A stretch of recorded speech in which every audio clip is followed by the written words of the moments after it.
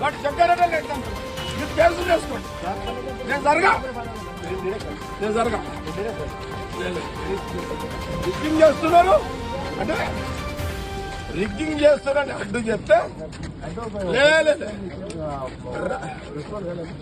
లేదు సీరియస్ గారు అడ్డు వాడు అవతలోడు